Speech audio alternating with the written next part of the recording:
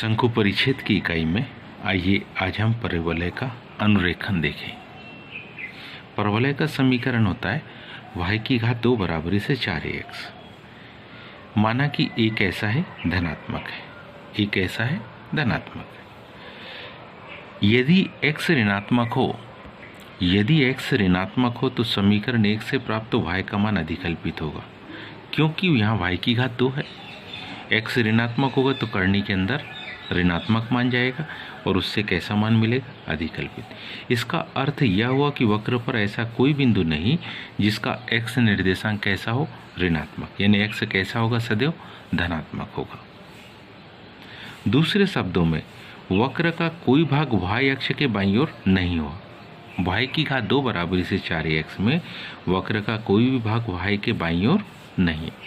सममितता का गुण, x के प्रत्येक धनात्मक मान के लिए y की घात 2 बराबरी से 4ax से y के 2 बराबर किंतु विपरीत चिन्ह वाले मान प्राप्त होते हैं।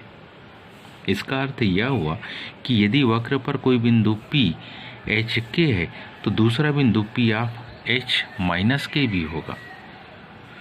अतः वक्र x अक्ष के सापेक्ष सममित है तथा x अक्ष वक्र के सापेक्ष सममित है।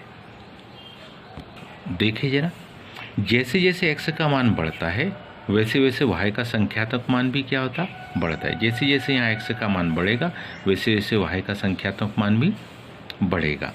जब x अनंत की ओर अग्रसर होता है तब y भी, जब x अनंत की ओर अग्रसर होता है यानी आगे की तरफ बढ़ेगा तो y भी अनंत की ओर अग्रसर होता है। अतः वक्र y अक्ष की दाहिनी ओर अनंत तक जाता है। यदि y बराबरी से शून्य, यदि y का मान शून्य हो तब समीकरण 1 से x का मान भी शून्य ही आएगा।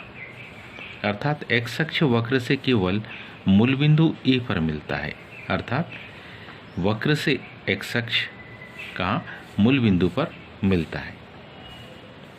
उपयुक्त प्रगुणों को ध्यान में रखते हुए कुछ ऐसे बिंदुओं को जिसके निर्देशांक समीकरण 1 को संतुष्ट करते अनुरेखण करने के लिए हम वक्र का स्वरूप ठीक वैसा ही प्राप्त होता है जैसा कि अनुच्छेद में दर्शाया गया है। आइए अब इससे हम देखें कि कितने प्रकार के हम परवलय को यहाँ पढ़ने जा रहे हैं। तो ध्यान से देखिए, तो हमारे पास पहले प्रकार का जो परवलय है वो है कौन सा, y की घात 2 बराबरी से 4x। पहला स्वरूप, इस परवलय की अवतलता x अक्ष की धन दिशा की ओर होती, मतलब ये अवतल किधर है, x अक्ष की धन दिशा की ओर। इस ओर कैसा है, अवतल है, और उत्तल किधर है, x अक्ष की ऋण दिशा की ओर। तो ध्यान से देखिए, इस परवलय की अवतलता x अक्ष की धन दिशा में है। क्यों, क्योंकि ध्यान से देखिए तो ये इस प्रकार से है, मतलब इधर अवतल है और ये जो भाग है उत्तल वो क्या है, x अक्ष की ऋण दिशा।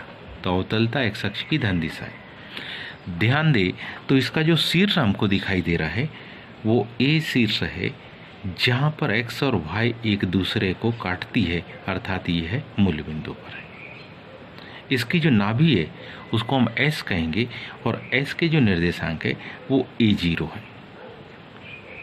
इसकी नीयता ZM का समीकरण x बराबरी से ऋण है।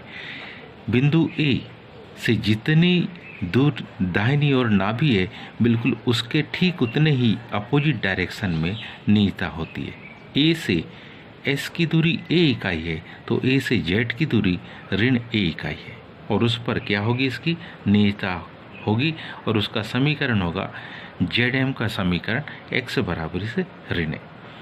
इसकी अक्ष का जो समीकरण है, इसकी अक्ष का समीकरण, अब ध्यान दीजिए, नाभि भी x अक्ष पर,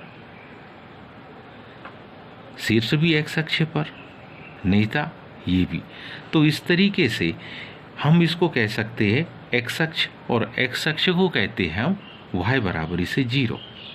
x अक्ष को हम क्या कहते हैं, y बराबरी से 0। तो इसी की अक्ष का जो समीकरण है वो कहलाता है y बराबरी से 0, अर्थात इसकी अक्ष x अक्ष है जिस पर ज़्यादा से ज़्यादा बिंदु है। इसके शीर्ष पर स्पर्शी का समीकरण, इसके शीर्ष पर कौन सी अक्ष स्पर्श कर रही है, तो y अक्ष स्पर्श कर रही है, इसलिए वो स्पर्शी का समीकरण अर्थात कौन सी, y अक्ष। क्योंकि इसका मुंह दाहिनी ओर ओपन है इसलिए हम इस ऐसे परवलय को कहते दक्षिण हस्त परवलय। तो ये पहले प्रकार का परवलय अभी पढ़ा अपन ने, जिसको हमने कहा कौन सा, दक्षिण हस्त परवलय। आइए इसी में हम दूसरे परवलय को और देखें। अब इस परवलय की अगर हम अवतलता देखें तो एक्स अक्ष की ऋण दिशा है, बिल्कुल ठीक इसके पहले के विपरीत। इसमें भी देखें तो शीर्ष कहाँ पर है, मूल बिंदु पर ही है। इसकी नाभि का समीकरण आप देखें, क्योंकि अवतलता ऋणात्मक दिशा में, इसलिए निश्चित है नाभि भी ऋणात्मक डायरेक्शन में चली गई। और नीता देखें तो जैसा कि पहले इसमें था, जितनी दूरी मूल बिंदु से नाभि की होगी उतने ही अपोजिट डायरेक्शन में मूल बिंदु से विपरीत नीता का समीकरण होगा, तो उतनी ही अपोजिट नीता का समीकरण भी होगा। तो जेड एम का समीकरण x बराबर इसे, उसमें अगर देखा था तो माइनस ए था। इसकी अक्ष का समीकरण, जैसे कि यहाँ भी हम देखें ध्यान से तो हम पाते हैं इसकी जो अक्ष का समीकरण है वो, क्योंकि ज़्यादातर बिंदु x अक्ष के ऊपर ही है, इसलिए अक्ष का समीकरण y बराबर 0, अर्थात इसकी जो अक्ष है वो कौन सी है, x अक्ष है। इसके शीर्ष पर स्पर्शी का समीकरण, इसके शीर्ष बिंदु पर जो स्पर्श करती हुई रेखा जा रही है वो है y अक्ष, जिसको हम कहते हैं x बराबर 0, अर्थात इसके शीर्ष पर स्पर्शी का समीकरण जो है वो y अक्ष। क्योंकि इसका मुंह बाईं ओर ओपन है, इसलिए हम इसको कहते हैं क्या, वाम हस्त परवलय। पिछला था दक्षिणास्त परवलय।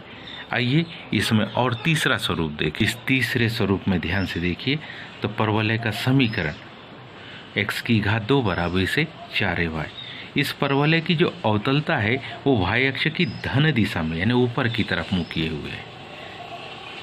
और इसमें अगर देखें तो ये नाभि है, यानी नाभि के निर्देशांक 0a। मूल बिंदु से जितनी दूरी पर नाभि होगी उतने ही अपोजिट पर इसकी नीता होगी। इसमें अगर अब अपन ध्यान से समझने का प्रयास करते हैं तो इसमें हमें इसका जो शीर्ष देखा था वो कहाँ था, मूल बिंदु पर था। इसकी नाभि जो थी अभी अपन ने देखी थी, कहाँ थी, 0a पर है। इसकी नीता जेड एम का समीकरण y बराबर से ऋण है था।